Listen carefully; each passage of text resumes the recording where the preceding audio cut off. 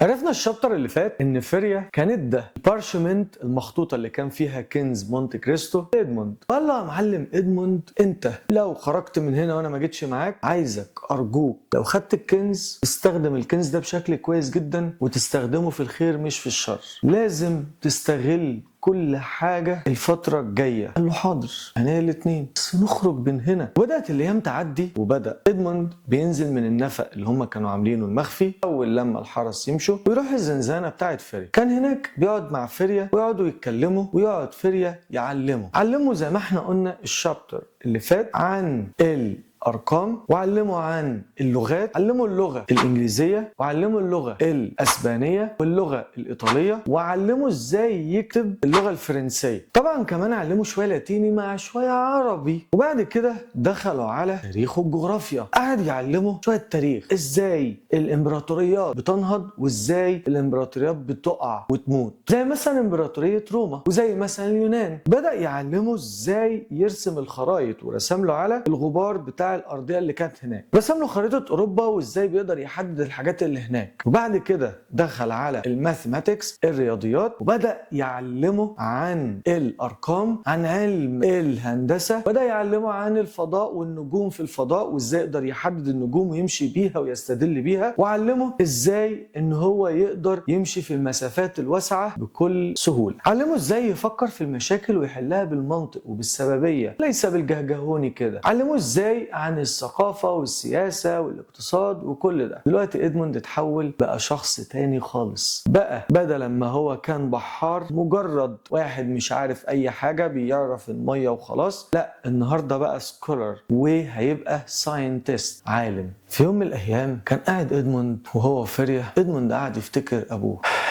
يا فيريا، ابويا معرفش عنه حاجة، مات لوحده من الحسرة عليا، انا مبقاش ليا اي حد في الحياة. فيريا بص له وقال له ادموند يا ابني، انت زي ما يكون القدر وربنا بعتنا لبعض، ان انا اقف جنبك وان انا احولك من مجرد شخص عادي الى مجرد عالم ومجرد راجل علامة، وتبقى متفتح وعقليتك واسعة وكبيرة جدا. ما تخافش يا ادموند، انا موجود معاك دلوقتي، وانا هبقى ليك الفاذر وهبقى ليك تيتشر، وانت هتبقى طالب عندي هتتلقى مني العلم عشان احولك من مجرد شخص عادي الى عالم. حط ايده على كتافه وقال له ادموند ما تقلقش، انت هتخرج من هنا كويس جدا، وهتخرج من هنا في يوم من الايام وهتاخد الكنز. العلاقه ما بينهم اتوطدت جدا وبقت علاقه كويسه جدا وعلاقه جميله. الايام بتعدي وبداوا يحفروا اكتر واكتر ويوسعوا في النفق اكتر فاكتر. بدا يبقى عندهم سرسوب امل ان هم هيخرجوا من هناك ويخرجوا مع بعض وينزلوا الشط ويعوموا ويطلعوا بره السجن اللي كانوا فيه. وفي يوم من الايام جه فيريا تعب تاني، جات له حمى ووقع وبقى مش قادر خلاص يتحرك. جه ادموند بص له وقال له فيريا ما تقلقش، انت هتعيش. قال له دي كرشة نفس بسيطة وانا هعيش. وخف فعلا وبدأوا يكملوا ايام. وبدأ فيريا في يوم من الايام يقعد مع ادموند يقول له ادموند احكي لي، قول لي كده يا عم ادموند، انت دخلت السجن ازاي؟ قال له والله باي تشانس، مجرد صدفة. انا كنت قاعد لا بيا ولا عليا، لقيت جوم الحرس، فهو تقريبا كل الموضوع بالصدفة.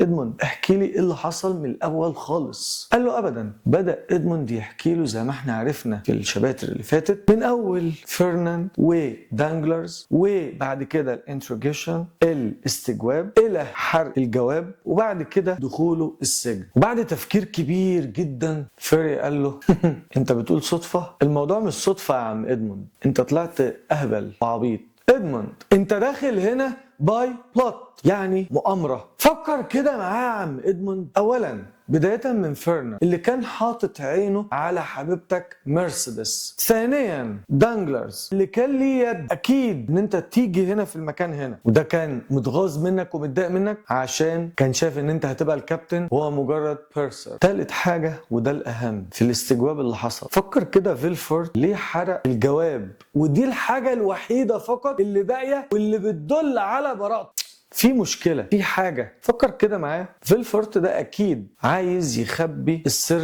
ومش عايز يطلع السر لحد، وأكيد بيعمل كفر بيغطي فضيحة حد. ده أكيد حد قريب منه، أبوه مثلا، ممكن أبوه، لأن غير كده هيخبي مين؟ هو أكيد كده بيخبي أبوه. إدموند بص له، عينه وسعت. إيه ده؟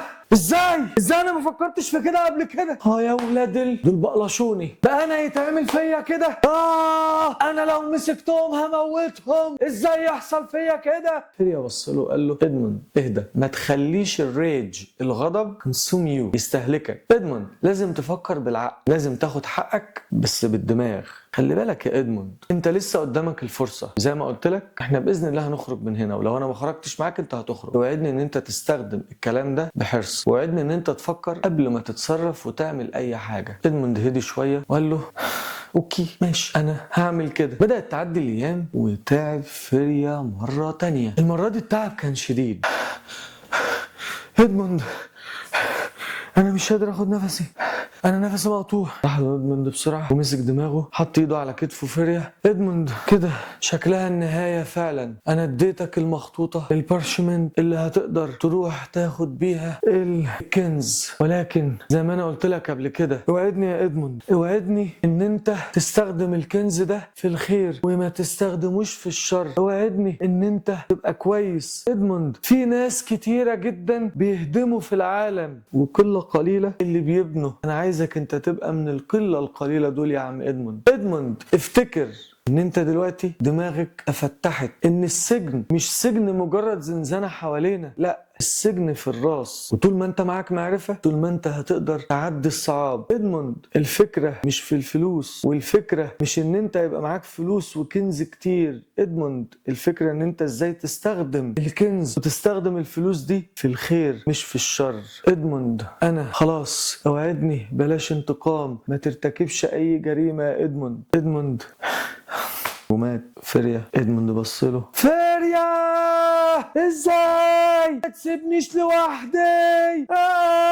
انت كنت مش مجرد زميل، انت مش مجرد صديق، انت كنت اب ومدرس ومعلم ليا. هعمل ايه؟ هعمل ايه دلوقتي؟ هعمل ايه؟ مسك البارشمنت المخطوطة وضمها لصدره. انا مش قادر خلاص، حتى ده كمان سابني. ولكن مرة واحدة نعرف ايه اللي هيحصل الشهر اللي جاي.